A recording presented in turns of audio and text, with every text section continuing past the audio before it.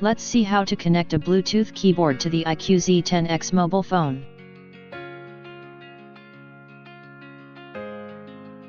Turn on Bluetooth on your phone. Click on More Bluetooth Settings.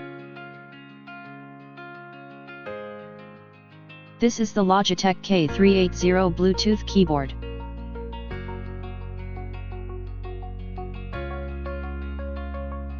This is the power button. Turn on the power button. Slide up. This keyboard can be paired with up to 3 devices at once. Click the F1 button once to turn on Bluetooth. Now press the F1 button for 3 seconds to enter pairing mode.